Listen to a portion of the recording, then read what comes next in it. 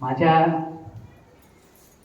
वरिष्ठ धर्मचारी बंधूंनी मला जसं सुचवलं की बा तुम्ही आता तिथे एकटे एकटे जो प्रयत्न करत होता तो खूप झाला आता तुम्ही एखाद्या सेंटरला कनेक्ट व्हा. आणि मला असं वाटलं की आपण नांदेड सेंटरलाच कनेक्ट व्हावं. आणि तुमच्या सगळ्यांसमवेत मला खूप छान वाटतं, घरच्यासारखं वाटतं. तर त्यामुळे मी हा सेंटर चूज केला. आणि मला असं वाटतं की आपली खूप मोठी मदत होती. असो, या प्रसंगी मी आता मला दिलेली गाथा माझ्या परीने प्रयत्न करतो त्यावर बोलण्याचा. तर अरहंत वग्गाच्या या गाथा क्रमांक 90 ते 99 अशा एकूण 10 गाथा आहे. आणि आता अरहंत वग्गाची ही शेवटची गाथा आहे. तर आतापर्यंतच्या 10 गाथामध्ये काय काय आलंय थोडंसं उजळणी म्हणून 1-2 मिनिट बघायला काही हरकत नाही. तर त्यामुळे मी काही गाथांना उपस्थित होतो, काही गाथांना नव्हतो. शेवटच्या गाथा त्यांच्यावरचे टॉक मी ऐकलेले आहेत, मला खूप छान वाटलं. तर एकूण की अरहंत वग्गाच्या या गाथेमध्ये अरहंताच्या गुणांविषयी सांगितलेलं आहे, माहिती सांगितलेली आहे. पहिल्या गाथेमध्ये उदाहरणार्थ 90 क्रमांकाची गाथा आहे. अरहंत जन्ममरणाच्या फेऱ्यातून मुक्त झालेला असतो, त्यामुळे तो शोकरहित व विमुक्त, त्याला दुःख, मनस्ताप, संताप, वेदना किंवा त्रास होत नाही. जो साधारणपणे सर्वसामान्य मनुष्य अनुभवतो तो अनुभव त्यांचा नसतो, ते त्याच्यातून मुक्त झालेले असतात. असा पहिल्या गाथेत.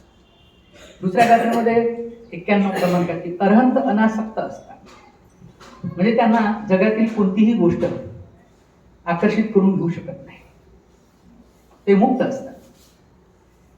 अरहंताचा स्वभाव दोषरहित असतो, कुठल्याही कारण निष्कलंक अवस्था प्राप्त केलेली असल्यामुळे त्यांचा स्वभाव जो असतो तो दोषरहित असतो. कुठल्याही प्रकारचा दोष आता त्यांच्यामध्ये उद्भवू शकत नाही. अरहंताची स्थिती शोधणे कठीण असते. अरहंताने अशी उच्च अवस्था प्राप्त केलेली आहे की त्याचा माग घेणे तेवढं सोपं नाही.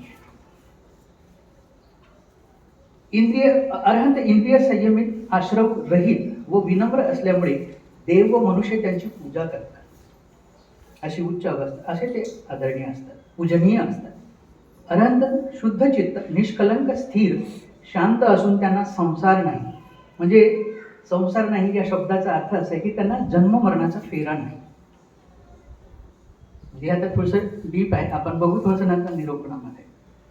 अरहंताने विमुक्तीची प्राप्ती केल्यामुळे त्यांचे कर्म, वाणी आणि मन शांत झालेलं असते. अरहंताचे जीवन निष्कलंक असल्यामुळे त्यांना उत्तम पुरुष म्हटलं जातं. म्हणजे मानवाची सर्वोच्च प्राप्ती प्राप्त केलेले असे ते सर्वोच्च मनुष्य, उत्तम पुरुष. जिथे अरहंताचा वास असतो तो परिसर सुंदर असतो, रमणीय असतो, छान वाटतं, करमतं. आणि आता 99 गाथा. तर अशा प्रकारे थोडासा आढावा मी या अनुषंगाने घेतलेला आहे. आता आपण बघूया ऍक्च्युअली गाथा काय आहे. तर मला त्यावेळेस गाथेच्या वेळेला मला विद्याभूषणची आठवण आली. म्हणजे त्यांनी फार सुंदर पद्धतीने ती गाथा म्हटली होती. मला ती म्हणता येईल की नाही पण प्रयत्न करतो. मी मनातल्या मनात एस टी मध्ये प्रवास करत असताना प्रयत्न केला. रियाज म्हणता येणार नाही त्याला, रियाज ही खूप मोठी गोष्ट आहे. पण असं वाटलं की असं थोडंसं बघूया काय. तर रमणीयानी अरण्यानी यथन रमती जनो, वीतरागारमे संती न ते काम गवेशिनो. तर अशा प्रकारे मी बसमध्ये मनात तो प्रयत्न केला. तर या गाथेचा सोप्यात सोपा अर्थ इथे सांगतो मी. सुंदर अशा रमणीय वनामध्ये जिथे सामान्य जण रमू शकत नाहीत, त्या वनात फक्त वितराग पुरुषच रमतात, कारण ते कामवासनेच्या शोधात कधीच नसतात, असा याचा अर्थ आहे. आता या गाथेच्या अनुषंगाने जसं आता आपण नेहमी मला दिसलं की आपण कठीण शब्दाचे अर्थ पण पाहतो, तर तसा कठीण शब्द थोडेसे पालीमधले शब्द आपण तेही बघूयात. तर रमणीयानी हा शब्द पहिला. रमणीयानी म्हणजे सुंदर, पुष्पांनी युक्त, झाडाझुडपांनी, विविध प्रकारच्या झाडांनी झुडपांनी युक्त सुंदर असा परिसर, जिथे परिसर किंवा जागा, ठिकाण, ज्या ठिकाणी आपलं मन रमू शकतं, अशा प्रकारे त्याचा अर्थ आहे रमणीय या शब्दाचा. अरण्यानी म्हणजे स्वाभाविकपणे अरण्य, जंगल, अशी जंगलाची जागा. रमती म्हणजे रमता.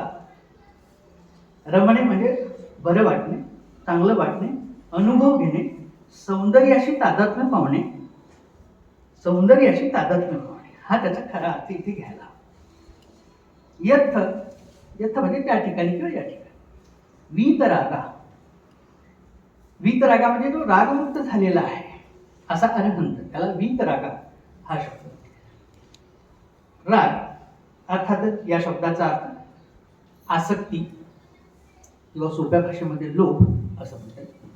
रमस्संती आनंद उपभोगता, रमस्संती आनंद उपभोगता, रमतात, उच्च सौंदर्यानुभूतीचा अनुभव घेतात, असा इथे तो अर्थ या गाथेमध्ये घ्यायचा. कामगवेषिनो, तो आपल्या सर्वसामान्य व्यक्तींकरता शब्द आलेला आहे. जनसामान्यांकरता तो शब्द आलेला आहे. जनसामान्यांसारखे हे अरहंत नसतात. तर कामगवेषिनो म्हणजे काय? कामभोगाचा शोध घेणारा अरहंत नसतो, पण सामान्य मनुष्य असतो. सामान्य माणसाचं फंक्शन कसं असतं? तो कामभोगाचा शोध घेत त्याचं जीवन कंठत असतो. पण अरहंत हा कामगवेषिनो नसतो, तो उच्च अवस्थेचा शोध घेत असतो. तर तो उच्च अवस्थेचा अनुभव किंवा उच्च सौंदर्यानुभूती घेत असतो.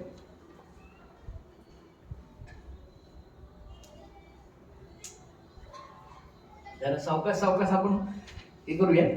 तर अशा प्रकारे न ते काम गवेषिनो असा शब्दप्रयोग आलेला आहे. म्हणजे कारण ते काम वासनेचा शोध घेत नसतात, त्याच्यापासून ते मुक्त असतात. म्हणून ते कुठे रमू शकतात? अरण्यामध्ये रमू शकतात, सुंदर ठिकाणी रमू शकतात, एकांतामध्ये रमू शकतात, लेण्यासारख्या एखाद्या ठिकाणी ते रमू शकतात. जिथे माणसं रमतात त्याच्या विरोधी परिस्थितीमध्ये ते रमतात. असा या शब्दांचा अर्थ आहे. तर या गाथेच्या अनुसंगाने जो गाथा प्रसंग आहे तेही आपण थोडक्यात बघूया आणि मग थोडंसं निरूपण असं मी याचं स्वरूप ठेवलेलं आहे. आता या गाथेच्या अनुषंगाने एक प्रसंग असा आहे की श्रावस्ती येथील जेतवनामध्ये विहार करीत असताना, म्हणजे भगवान बुद्ध तिथे असताना हा प्रसंग दर्शवलेला आहे कथेमध्ये, म्हणजे कथा. तर भगवान बुद्धांकडनं प्रशिक्षण घेऊन एक भिक्षू वनामध्ये ध्यान साधना करण्याकरता जातात. अशा सुंदर रमणीय ठिकाणी तिथे ध्यानाला ते गेलेले असतात. आणि प्रशिक्षण कुणाकडून घेतलेलं आहे? भगवान बुद्धांकडून घेतलेलं आहे. आणि मग गेले की आपण बा ध्यानामध्ये पुढची प्रगती करूया म्हणून अशा सुंदर रमणीय जंगलामध्ये जाऊन ते ध्यान करू लागले. त्याच परिसरामध्ये एक नगर शोभिका, आता नगर शोभिका ही संकल्पना किंवा नगरवधू ही संकल्पना आज आपल्याला कळणार नाही, कारण आज ते आज तसं स्वरूप नाही आहे.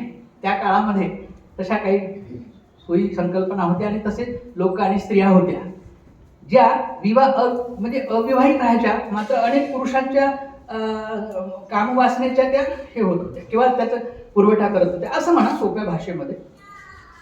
तर अशा प्रकारची एक सुंदर स्त्री जी कामासक्त आणि कामकलेमध्ये निपुण असणारी त्या परिसरात होती.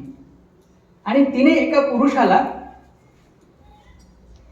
एकांत स्थळी येण्यासाठी बोलावलेलं होतं. आणि तिथे आधीच ती स्त्री जाऊन त्या पुरुषाची वाट पाहत होती. तो परिसर हे जे भंते जिथे ध्यान करत होते त्याच्या जवळचाच परिसर होता. आता बराच वेळ झाल्यानंतर ज्याला तिने निमंत्रित केलं होतं किंवा बोलावलं होतं ती व्यक्ती काही आलीच नाही. काही कारण असेल आपल्याला त्या खोलात जायची नाही. पण तो पुरुष न आल्यामुळे ही बेचैन झाली.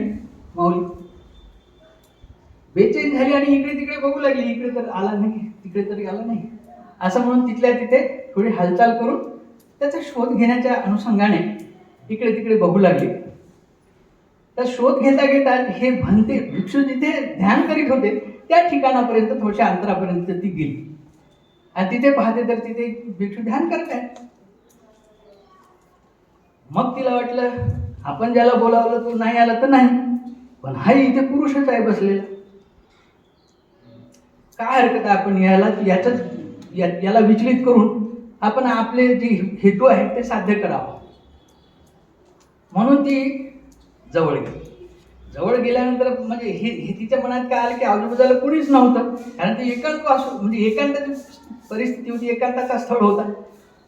मग हिने प्रयत्न केला, ही तर काम कलेत निपुण असल्यामुळे हिने तिच्या परीने प्रयत्न केला. या माऊली काही शारीरिक हालचाल करणे, वस्त्र आपले सावरसुवर करणे, केस सोडणे, बांधणे, आवाज काढण्याचा प्रयत्न करणे, टाळी वाजवणे, अशा विविध कला.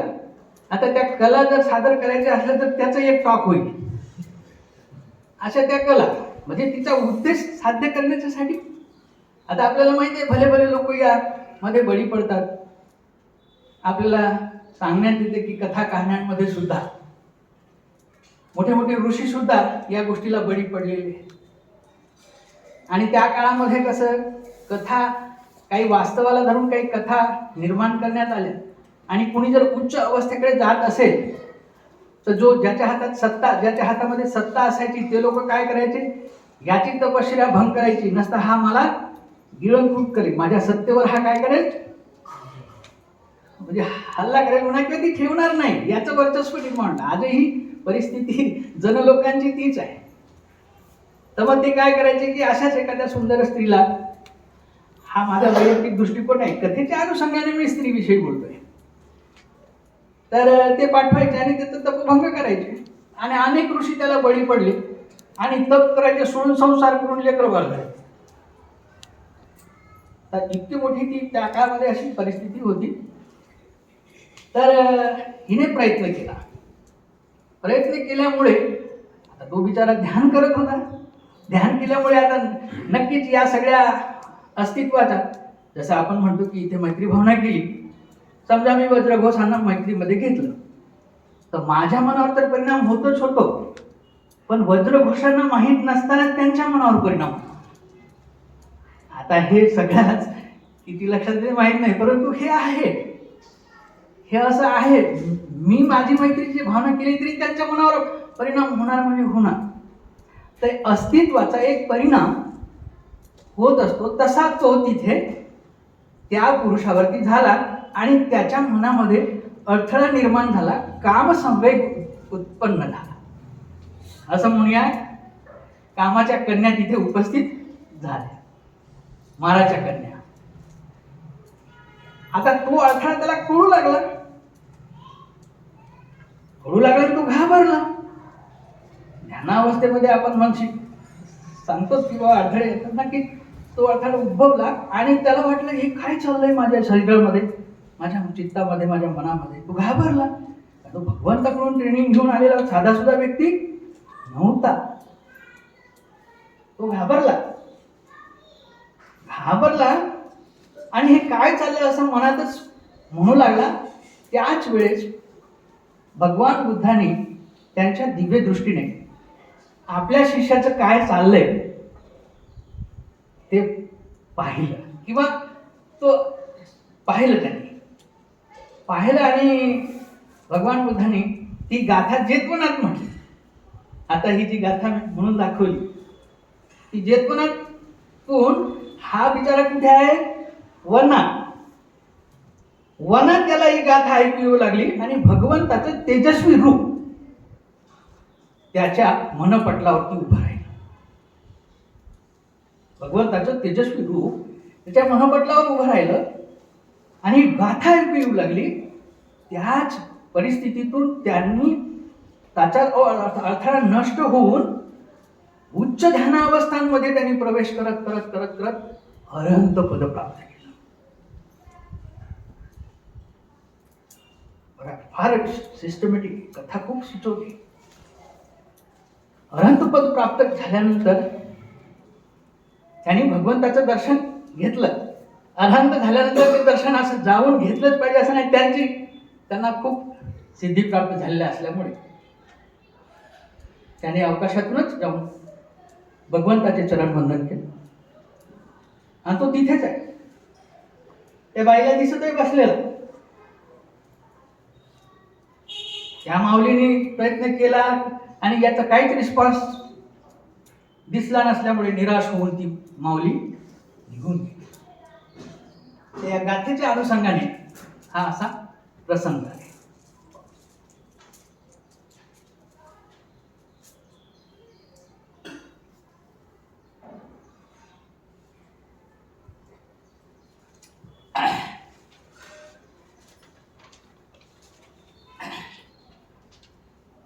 तर आता निरूपणाचं थोडंसं बघूया. त्या गाथेच्या निरूपणासंबंधी आपण बघूया. त्या गाथेच्या निरूपणासाठी मी गाथेतील महत्त्वाचे शब्द लक्षात घेऊन आणि इतर काही हे प्रसंग लक्षात घेऊन त्याचं निरूपण करण्याचा, माझे चिंतन करण्याचा प्रयत्न केला आणि ते लिहून काढले आहे. तर पहिल्यांदा मी असा शब्द समोर घेतला, रमणीय स्थळाचा. शब्द साधेच आहे, रमणीय स्थळ. आपण अर्थ पण बघितलेला आहे की जिथे माणसाला करमते, रमते, आल्हाददायक वाटते, सुंदर असा अनुभव घेता येतो, फ्रेश वाटते, आनंददायी वाटते, प्रसन्न वाटते असं म्हणतात. तर असं रमणीय स्थळ ध्यानाच्या प्रगतीकरता उपयुक्त परिस्थिती असा त्याचा अर्थ आपण घ्यायला हवा. आपण जेव्हा जेव्हा ध्यान करण्याचा प्रयत्न करू तर आपल्याला कशी परिस्थिती हवी, तर ही अशी परिस्थिती हवी जी ध्यानाच्या प्रगतीला उपयुक्त असेल, आध्यात्मिक विकासाला पोषक व प्रेरणा मिळू शकणारी परिस्थिती. इथे रमणीय स्थळ याचा अर्थ लक्षात घेताना निरूपणाच्या अनुषंगाने मला हे सुचवायचं आहे की अशा पद्धतीने त्याच्याकडे थिंक करायचं, चिंतन करायचं. ही गाथा आणि आपलं जीवन आपण जेव्हा कनेक्ट करू तर कशा पद्धतीने कनेक्ट करता येऊ शकते आपल्याला, तर अशा पद्धतीने आपण ह्याला कनेक्ट करू शकतो. नैसर्गिक सौंदर्य असलेली मनाला विधायकतेकडे घेऊन जाणारी परिस्थिती, अशा परिस्थितीत ध्यान करणं प्रिफर करावं. आध्यात्मिक व्यक्तीचा सहवास लाभणारा अनुकूल प्रदेश जवळ करावा. बुद्ध आणि बोधिसत्वाच्या वास्तव्याने पुनीत झालेले ठिकाण, जसं आदरणीय करुणाध्वजांनी त्यांच्या टॉकमध्ये शेवटी सांगितलं की अशा सुंदर ठिकाणी आपण गेलो पाहिजे, छान वाटते, प्रसन्न वाटते. म्हणजे खूप वेळ त्याच्यावर मस्त चिंतन करून त्याचा अनुभव पण मी मागच्या बुद्धगयेच्या भेटीच्या वेळेस घेतलेला आहे. मला तिथून उठाच वाटत नव्हतं आणि मी सगळ्यांना म्हटलं, अरे काय म्हटलं, थोडा वेळ तिथे आपण आणखी 2-4 दिवस तरी इथे राहिलं पाहिजे. असं खूप ठिकाणी मला ते जाणवलं. असो, तर बुद्ध बोधिसत्वांच्या वास्तव्याने पुनीत झालेल्या ठिकाण हे सुद्धा त्यासाठी उपयुक्त ठरू शकतात.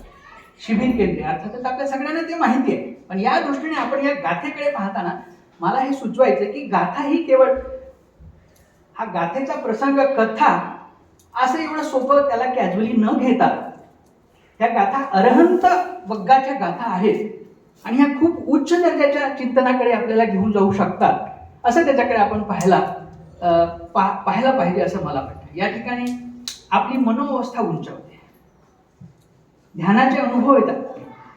अशा ठिकाणी ध्यानाचे अनुभव, सौंदर्य अनुभव, मनाचे सौंदर्य अनुभवता येतात. आणि म्हणून बुद्धाच्या काळापासून आपल्या आध्यात्मिक प्रगतीसाठी अशा स्थळांचा व परिस्थितीचा लोकांनी सहारा घेतलेला आहे. स्वतः भगवान बुद्धाच्या तिन्ही घटना, त्यांचा जन्म, त्यांचं गृहत्याग, त्यांचं बुद्धत्व प्राप्ती, त्यांचं निर्वाण, या सर्व गोष्टी निसर्गामध्ये घडलेल्या आहेत, निसर्गामध्येच झालेल्या आहेत, निसर्गाच्या सानिध्यामध्येच झालेल्या आहेत. असंख्य भगवंताचे शिष्य उच्च अवस्थेला आणि अरहंताचा अनुभव घेणारे जे कोणी लोक होऊन गेले त्यांनी प्रामुख्याने अशा नैसर्गिक परिस्थितीचाच सहारा घेतलेला आहे. आणि इथे मला त्याचा संदर्भ पण द्यावा वाटतो थोडासा. किंवा एकांतवासाकरता असे एक संदर्भ मला सापडला, तो शिक्षा समुच्चयमध्ये आचार्य शांतीदेवानी एक श्लोक दिलेला आहे त्या बाबतीमध्ये. तो श्लोक संस्कृतमध्ये आहे, तुम्ही वाचून दाखवतो.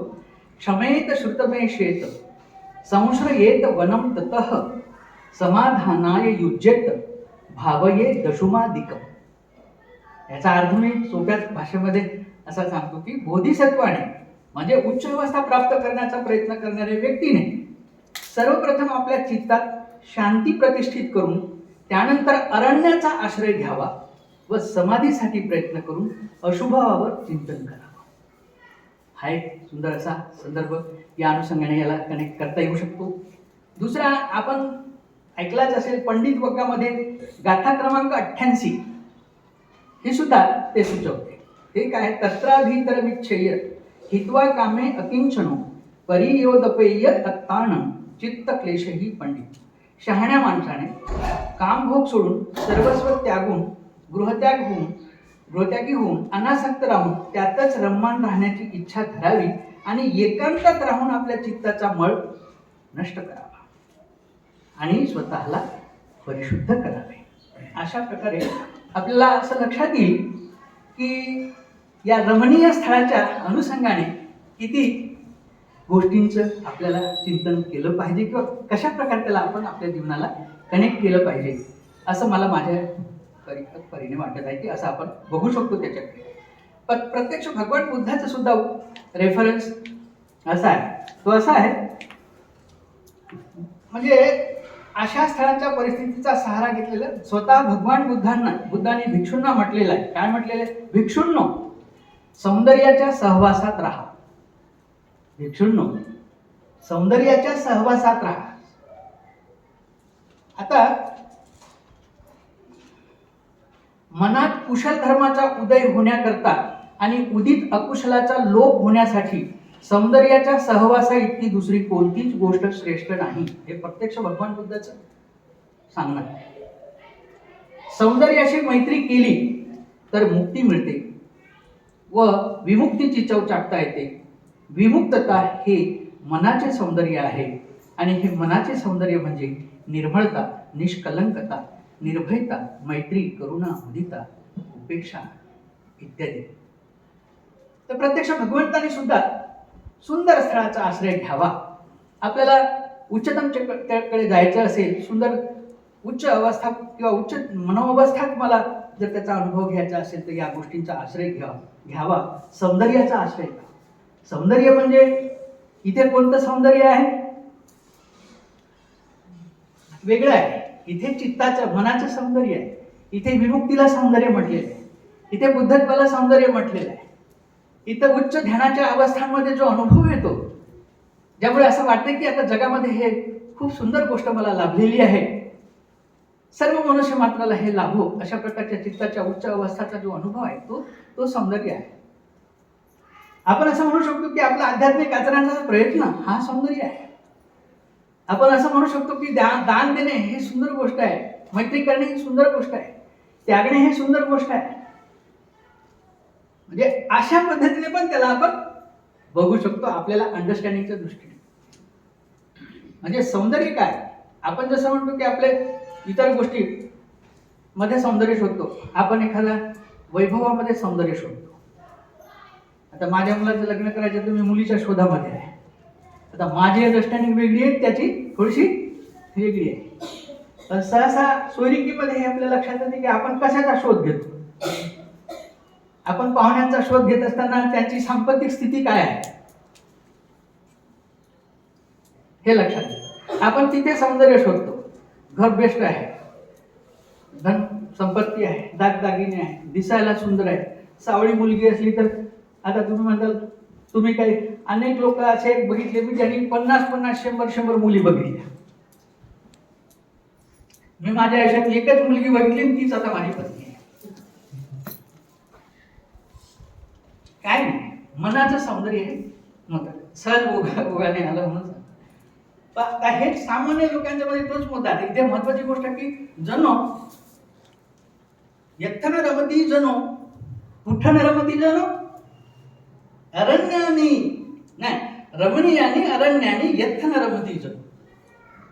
आपण सामान्य लोक या सुंदर निसर्गामध्ये त्या वारकवाडीमध्ये असं म्हणूया फारसे रमतो, पण 10 दिवसासाठी. मग 10 दिवस झाला की अनेक आपल्या बंधूंचे, आता मग आपणही त्याच्यात, आपण सगळेजण त्याच्यामध्ये आहोत, पण घरची आठवण येते. काही वेळेला येत नाही, काही लोक नाही जावं असं म्हणतात. वेगवेगळ्या लोकांना वेगवेगळा परिणाम. मात्र आपलं घर हे आपल्याला सुरक्षित असं वाटतं की पटकन घरी आपण जावं. आता आमचे सर एकटेच आहेत. काल आमची चॅप्टर मीटिंग होती. मग म्हटलं सर राहा, मी पण इथेच आहे. बोलले नाही, जवळच आहे परभणी. एकटेच आहेत तिथे, काय ओढ आहे काय माहित नाही, परंतु जावं वाटतं. तर आपलं असं आहे, म्हणजे त्या ठिकाणची ओढ आहे. कुठली? आपल्या रूमची, आपल्या घरची, आपला कॉट तिथे, आपण तिथे रिलॅक्स बसतो असं वगैरे काय असेल तर मानसिकता. म्हणजे सामान्य लोक इंद्रिय सुखानुभूती मग्न असतात. मी चिंतन करत असताना अशा प्रकारे त्याच्याकडे पाहिलेले आहे. इत्थन रमती जणू, मग कोठ्ठ रमती जणू. तर मग इंद्रिय अनुभव, इंद्रिय सुखाचे अनुभव कुठे कुठे उपलब्ध आहेत. मग ते घरात आहेत किंवा अन्य कुठे आपल्याला ते लाभू शकतात. अशा ठिकाणी सामान्य मनुष्य मग्न होतो. तर इंद्रियानुकूल परिस्थितीमध्ये सामान्य मनुष्य रमतो. आपणही आध्यात्मिक जीवनाचा प्रवास करत असताना आपण धाडस केलेल्या आपल्या सर्वांचं मला खूप कौतुक वाटते. आपल्या चळवळीचेच एकूण खूप मोठं भूषण वाटते की आपल्यापैकी अनेक लोक, आता मी नाही त्या लेवलला म्हणजे समजा, पण तरी माझं थिंकिंग असं आहे की खूपच त्यांचं पुण्यानुमोदन केलं पाहिजे किंवा धैर्य आहे. ते सुराचं काम आहे, काय अशा लेच्यापेच्या माणसांचं काम नाही शरणगमन करणे. खरंच खूप काही तरुण मुलांना असं वाटतं की आपण असं दिसायला अगदी चटकदार असतो, असं मस्त बाडी बिडी असली, ताकद बिकत असली, पैसा पाणी नोकरी असली तर आपल्यासारखा जगात कोणीच नाही असं वाटतंय. पण त्यापेक्षा वेगळ्या परिस्थितीत दाखल होऊन एक मनुष्य म्हणून घडण्याच्या प्रक्रियेमध्ये दाखल होणारे लोक धन्य आहे. तर सामान्य माणसं मात्र इंद्रिय सुखाच्या परिस्थितीमध्ये रमतात. जिथे इंद्रिय सुखानुभूतीची साधने नाहीत तिथे ते रमत नाही. आता जिथे इंद्रिय सुखाची साधने नाहीत, आता वनात काय असते? काहीच नाही. तिथे कोणी आपल्याला नाश्ता देणार नाही, चहा देणार नाही, तिथे येऊन जाऊन ध्यानच करणार आहे. इथे मला सकाळपासून आमचे खंडेलुटे साहेब सगळे सेवेमध्ये बरं वाटते, गोड वाटते. आपली परिस्थिती आपण लक्षात घ्यायची आहे. मला हे सुचवायचं आहे, मला काय आपल्याला शिकवायचं नाही. आणि मी त्याच्यामध्ये आहे, मी तसा त्याच्याकडे पाहतो. मी कुठे आहे, मी काय करतोय, कोणत्या गोष्टीमध्ये रमत आहे, हे रमणं मला कुठे नेणार आहे. या गाथेचा खूप खूप गहन असा अर्थ आहे. तर नैसर्गिक सौंदर्य याचा आनंद घेऊ शकत नाही सामान्य माणूस. आम्हाला शिक्षण घेत असताना डॅफोडिल नावाची कविता विद्याघोष डॅफोडिल नावाची कविता होती ना. ते डॅफोडिल नावाच्या कवितेमध्ये कवी निसर्गामध्ये फेरफटका मारायला जात असे. आपण अशी कल्पना करू, सकाळीच मॉर्निंग वॉकला आम्ही गेलो, तसे ते निसर्ग जंगल किंवा असा सुंदर परिसर असेल अशा ठिकाणातून जात होते फिरत. तर सोनेरी रंगाचे, पिवळसर सोनेरी रंगाचे डॅफोडिलचे फुलं त्यांनी बघितली.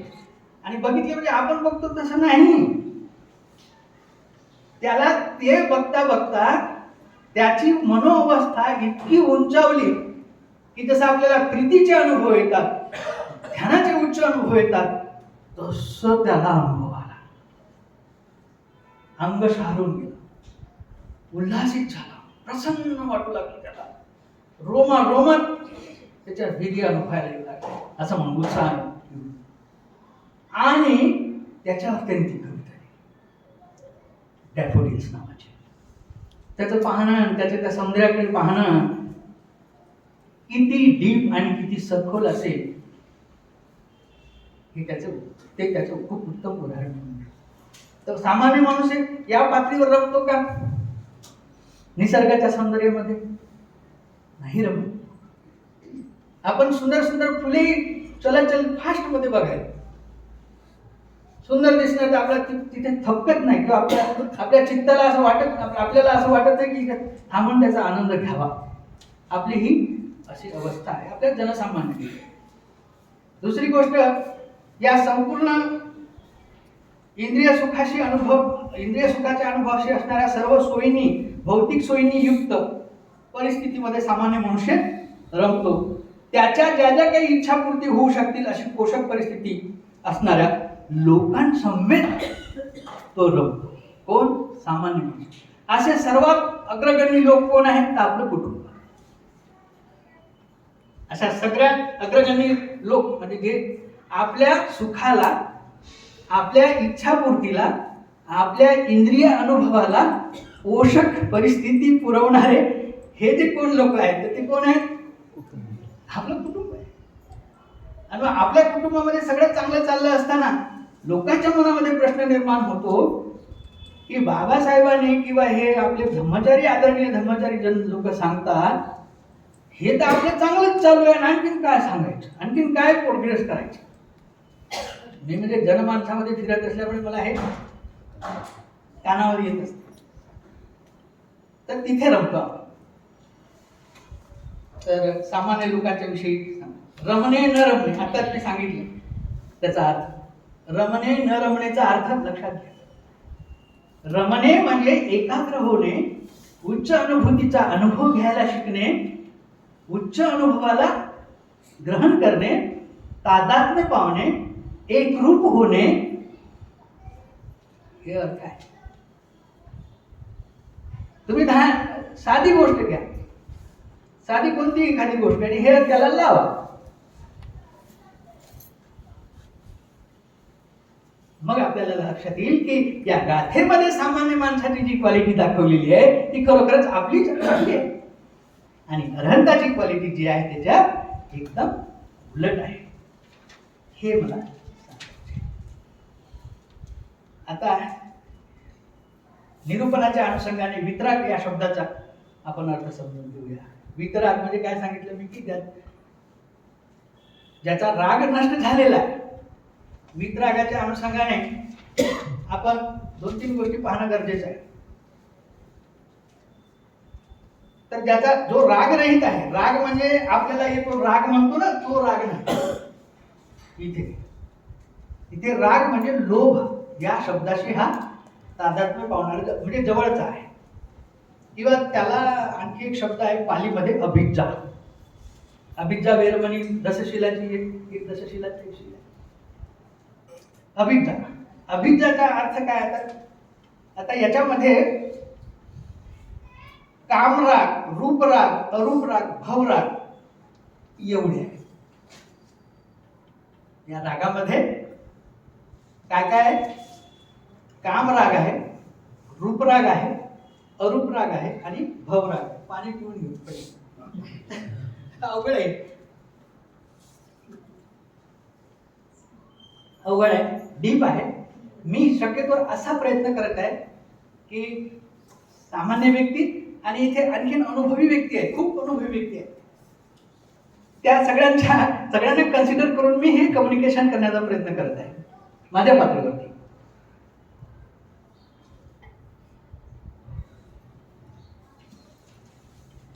तर अर्थातच कामराग म्हणजे आपण ऐकलेलं असेल किंवा आपल्या अंडरस्टँडिंग करता असं म्हणूया की इंद्रिय सुखाची आसक्ती, attachment to the sensual pleasure. इंद्रिय सुखाची आसक्ती, त्याच्यात खूप गोष्टी आल्या. प्रामुख्याने 5 इंद्रियाच्या जास्त धरूया आपण, 90%. आणि मग त्याच गोष्टी मग मन इंद्रियाच्या होतात, हळूहळू त्या पक्क्या होतात, हॅबिट्स होतात. तर त्या इंद्रियांना सुखावणाऱ्या अशा आसक्तीमध्ये, म्हणजे इंद्रिय सुखाची आसक्ती म्हणजे कामराग. अर्थातच आपण त्या कामरागामध्ये आहोत. वितराग त्या कामरागाला तरी नष्ट केलेला आहे. दुसरा रूपराग आहे. आता रूपरागाचा अर्थ आपल्याला समजेल अशा पद्धतीने मांडण्याचा प्रयत्न केलेला आहे. रूपराग म्हणजे भौतिकता. आपलं जीवन भौतिकतेने संपन्न करण्याचा आपण प्रयत्न करतो. भौतिकता, घर चांगलं राहावं, कपडा लत्ता चांगला राहावा, दागदागिने चांगले राहावे, धनसंपत्ती भरपूर राहावी, शेतीवाडी राहावी, लय प्लॉट राहावे वगैरे, असं काय त्याला तुम्ही असं कुठे त्याला घेऊन असं भौतिक. मॅक्सिमम लोक आपण सगळेजण कशामध्ये आहोत? या रूपरागामध्ये आहोत. हा वितरागा काय? वितराग इथे आहे का? वितराग नाही. वितरागाने याला क्रॉस केलेलं आहे, याला छेदलेलं आहे, त्याच्यावर उठलेले आहेत ते. तर भौतिकता, रूपराग म्हणजे भौतिकता, सत्ता. मी नगरसेवक होतो की तू नगरसेवक, मी चीफ मिनिस्टर होतो की तू चीफ मिनिस्टर, मी ऑर्गनायझेशनचा प्रमुख होतो की फलाना होतो. सत्ता, पद, प्रतिष्ठा, या सर्व गोष्टी काय? ह्या सर्व गोष्टी आपल्याला आवडणाऱ्या आहेत. मला काय सांगायचे? ह्या सर्व गोष्टी सामान्य मनुष्य म्हणून आपल्याला आवडणाऱ्या आहेत. माझे मित्र मंजूर होते, ते म्हणायचे तू माझी पाठ खाजव आणि मी तुझी पाठ खाजवतो. असं चालू आहे. तर सत्ता, पद, प्रतिष्ठा म्हणजे तुम्ही माझी प्रशंसा केली म्हणजे मी तुमच्यासाठी चांगला, आणि मी तुमची प्रशंसा केली की तुम्ही माझ्यासाठी चांगले. त्याला म्हणत होते मंजुरी, तुम्ही माझी पाठ खाजवा, मी तुमची पाठ खाजवते, असे स्टेटमेंट करायचे जनरल, की असं चालू आहे बऱ्याच. म्हणजे आपल्याला असं वाटत नाही की मी चांगला वागत आहे, कुणी माझी प्रशंसा नाही केली तरी काही हरकत नाही. कदाचित त्यांना नाही कळलं माझं चांगुलपण, ते त्याच्या सानिध्यात आले नाही किंवा त्यांना अनुभूतीच झाली नाही त्याची. ते माझ्या जवळ असले तरी त्यांना ते लक्षातच येत नाही. तर आता मी काय करू? हरकत नाही त्यांनी माझी प्रशंसा नाही केली तर, असा आपण विचार करत नाही. आपण मग वाट पाहतो त्याची. जसं काही लोक टॉप झाल्यानंतर कसं झालं, कुणीच काही म्हटलं नाही तर शेवटी कुणाच्या जवळ तरी जाऊन म्हणतात माझं कसं झालं. आपण आहोत असे, आपण सगळेच आहोत. थोडासा वयाने, अर्थात करुणा बऱ्याच अपेक्षा लहान असेल, बऱ्याच लोकांपेक्षा मी लहान आहे, पण तरी आता तुमच्या रेंजमध्ये तो हळूहळू प्रवास सुरू झाला माझा. 63 रनिंग आहे आता चालू. तर प्रतिष्ठा, प्रशंसा, भौतिक सौंदर्य. आता मला खूप छान म्हटलं ते मॅडम नेहमी म्हणतात तुम्ही असे आबाड्या गवळ्यासारखे राहू नका, तुम्ही मोठ्या पोस्टवरती होता. आताही म्हणतात मला त्या. मग तू काही नाही, आपलं साधं चालेल, काही हरकत नाही. पण त्यांचा भाव चांगला असेल, आपला नवरा चांगला दिसावा, ती भावना असते स्त्रिया म्हणजे मावल्यांची. आपला जोडीदार कसा दिसावा? इतरांमध्ये शोभून दिसणारा असावा, चांगला दिसावा. म्हणजे मग सांगता नाही आपल्याला त्याचं चांगलं वाटते की हे माझे मिस्टर. असं अशी भावना पती पत्नीची असते. हे आहे, आपण इथे आहोत, आपण हे पाहायचं. हे आपलं खरं रूप नाही आहे, हे पाहायचं. इथे आहोत आपण, पण यापेक्षा सुंदर सौंदर्य अंतर्हृदयाच्या खोल कप्प्यामध्ये दडलेलं आहे, त्याचा आपण शोध घेतला असो. तर थोडासा महिलांची क्षमा मागून आम्ही पुरुषांचं कसं तरी भाग देत. आता मेहुण्याने मला 2 ग्रॅमची अंगठी केली होती लग्नाच्या वेळेला. ती अंगठी 4-5 दिवस मी वापरली, पुन्हा ती अंगठी काढली की सोन्याचा स्पर्श सुद्धा नाही मला ते घालावे वाटत, काय गुण असतो. पण स्त्रियांना मात्र त्याचं आकर्षण असते. दागदागिने असावे, शोभून दिसावं, छान वाटावं. नवीन दागिना घेतला की मुदाम भेटायला कुणाकडे तरी जाणार, मुदाम काहीतरी हालचाल सुरू करणार, कुठेतरी लक्ष जातं का नवीनच केलेलं दिसायला, हो नवीन कालच केलं. अशा ह्या ज्या चर्चा आम्ही ऐकतो, थोड्या वेळ गंमत वाटते, पण सिरियस व्यक्तीने थिंक करण्यासारखी गोष्ट आहे ही, की कुठे शोधत आहोत सौंदर्य, कुठे आहे आसक्ती आपली, कोणत्या बाजूला झुकत आहे, झुकलेली आहे, आणि काय चाललेलं आहे. तर असो, हा रूपरागासंदर्भात एवढा पुरेसा आहे विश्लेषण. त्यानंतर अरूपराग. आता तुम्ही म्हणाल हा अरूपराग काय? तर निश्चितच ह्या रूपरागाच्या पलीकडचा जो मनाचा सौंदर्य आहे तो आहे रूपराग. आपण मनाने चांगलेपणा, ती अरूपाची अवस्था अंशतः आपल्यामध्ये विद्यमान आहे. जसं उदाहरणार्थ तुम्ही ध्यानाचा अनुभव घेता, छोटासा शांत बसता, 25-30 मिनिट सुंदर वाटते, छान वाटते, हे अरूपतेचंच लक्षण आहे. किंवा अरूपतेचा हे ध्यानाचे उच्च अनुभव, मी असं म्हटलं ध्यानाचे अनुभव, जसं प्रीतीचा अनुभव, प्रश्रद्धेचा अनुभव.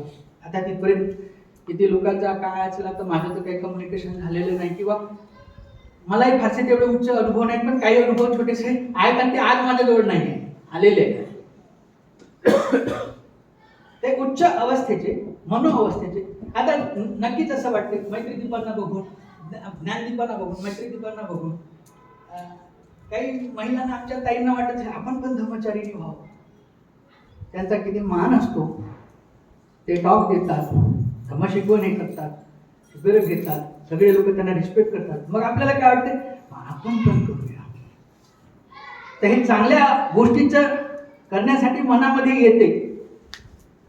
म्हणजे इंद्रियाच्या पलीकडे जाण्याची गोष्ट स्पर्शते मनाला, तो अरूप रागाचाच प्रकार आहे. चांगलं होण्याचा प्रयत्न, चांगल्या गोष्टी करण्यासाठी मनात निश्चय करून त्यासाठी प्रयत्न करणं, रेग्युलर ह्या गोष्टी करण्यावर भर देऊन आपल्या मनोअवस्थेला विधायक बनवणं, हा सुद्धा अरूप रागाचा प्रकार आहे असं म्हणूया. अर्थात अरूप राग त्याही पुढे आहे, त्याच्या खोलात जायचं नाही आपल्याला. त्याच्यानंतर एक मोठा आहे भवराग. भवराग, भव म्हणजे अस्तित्वात असणे. मी म्हातारा होता कामा नये, मी आहे तसाच राहिलो पाहिजे.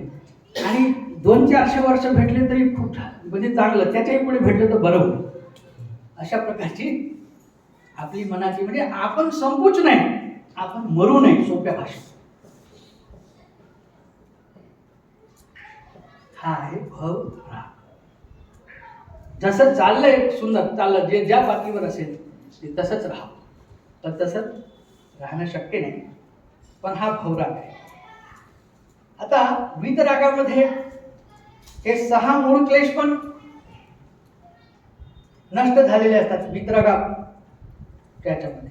आता हा वेळ आहे, वीतरागामध्ये 6 आपल्याला माहित आहे, बऱ्याच लोकांना अभ्यास झालेला असेल. 6 मूळ क्लेश वीतराग मनुष्याने नष्ट केलेले असतात. अर्थात बऱ्याच गोष्टी त्याचे नष्ट केलेले, पण हे 6 त्याच्यामध्ये राग आला. राग म्हणजे लोभ या अर्थाने, पटीक द्वेष या अर्थाने, मोह अविद्या या अर्थाने, मान अहंकार या अर्थाने, विचिकिच्छा मिथ्यादृष्टी, अशा प्रकारचे हे 6 मूळ क्लेश आहेत. तेही त्याने नष्ट केले. सहज थोडं इकडे तिकडे लिहिण्यामध्ये आलेलं आहे.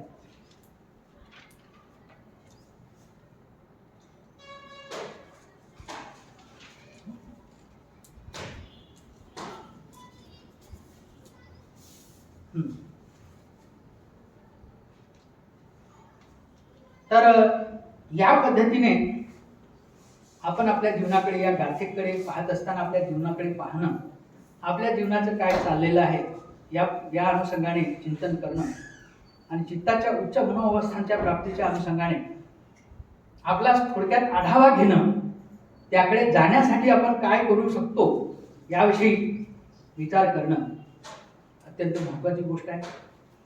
आता आणखीन एक गोष्ट मला इथे सुचवायची आहे.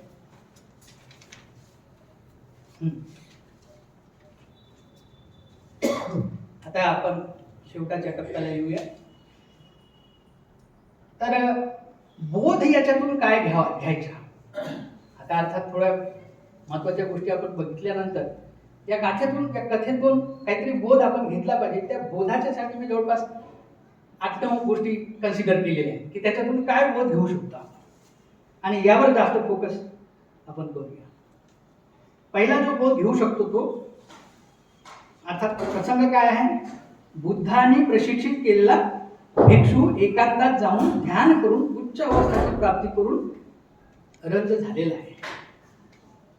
तर याचा आपण काय करायचं, त्यांनी काय केलं बिचाऱ्याने, भगवंतांनी प्रत्यक्ष मला सांगितल्यामुळे मी आता कठोर परिश्रम करून माझ्या चित्ताला शुद्ध केलं पाहिजे म्हणून बिचाऱ्यांनी काय केलं, योग्य स्थळ शोधलं आणि तिथे प्रॅक्टिस करू लागलं.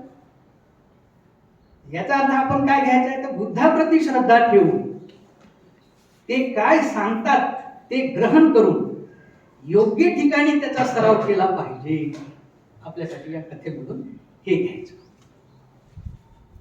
बघा, पुन्हा रिपीट करतो.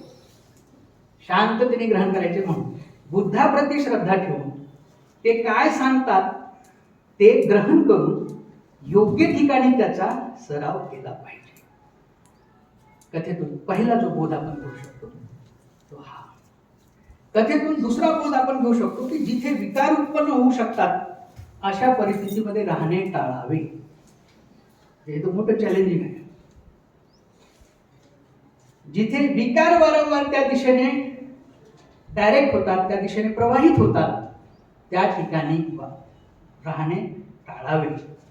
ध्यान साधनेसाठी सुंदर, रमणीय व एकांत ठिकाण याची निवड करावी.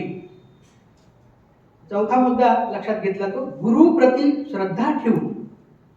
गुरु म्हणजे आपला जे कोणी शिकवतात, आपले धर्मचारी आहे, कोणी असते, त्यांच्या प्रति श्रद्धा ठेवून प्रामाणिक प्रयत्न करावा.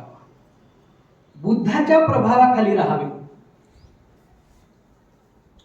बुद्धाच्या प्रभावाखाली ते भिक्षू असल्यामुळे बुद्धांनी त्यांच्या दिव्य चक्षुने ते बघितलं आणि त्यांच्या 10 बलापैकी एका बलाच्या सहाय्याने आपली तेजस्वी प्रतिमा त्याच्या मनःपटलासमोर उभी केली आणि भगवंतांनी त्याचा अडथळा नष्ट करून टाकला. म्हणजे भगवंतांनी हेल्प केली, मदत केली. मला चिंतन करत असताना असं वाटलं की भगवान बुद्ध कुठूनही कशाही प्रकारे त्याच्या शिष्याला मदत करू शकतात. हे वाक्य सोपं असलं तरी गहन अर्थाचं आहे. पण तेवढी आपली उच्च प्रकारची निष्ठा, श्रद्धा आणि प्रामाणिक प्रयत्न असले तर बुद्धाच्या प्रभावाखाली राहावे. बुद्ध कोठूनही, हे बघा मी लिहिलंय 6व्या याच्यामध्ये, बुद्ध कोठूनही, आज किती तारीख आहे, 1 फेब्रुवारी 2026, आजही हे लागू आहे. माझं मी डेअर करतो सांगायचं, आय डेअर रिअली. बुद्ध कुठूनही मदत करू शकतात आणि ती मदत घेण्यास आपण पात्र व्हावे असं चिंतन आपण करू शकतो. बुद्ध कुठूनही, आज सुद्धा, आता तुम्हाला आश्चर्य वाटेल, बुद्ध तर महापरिनिर्वाण होऊन किती वर्ष,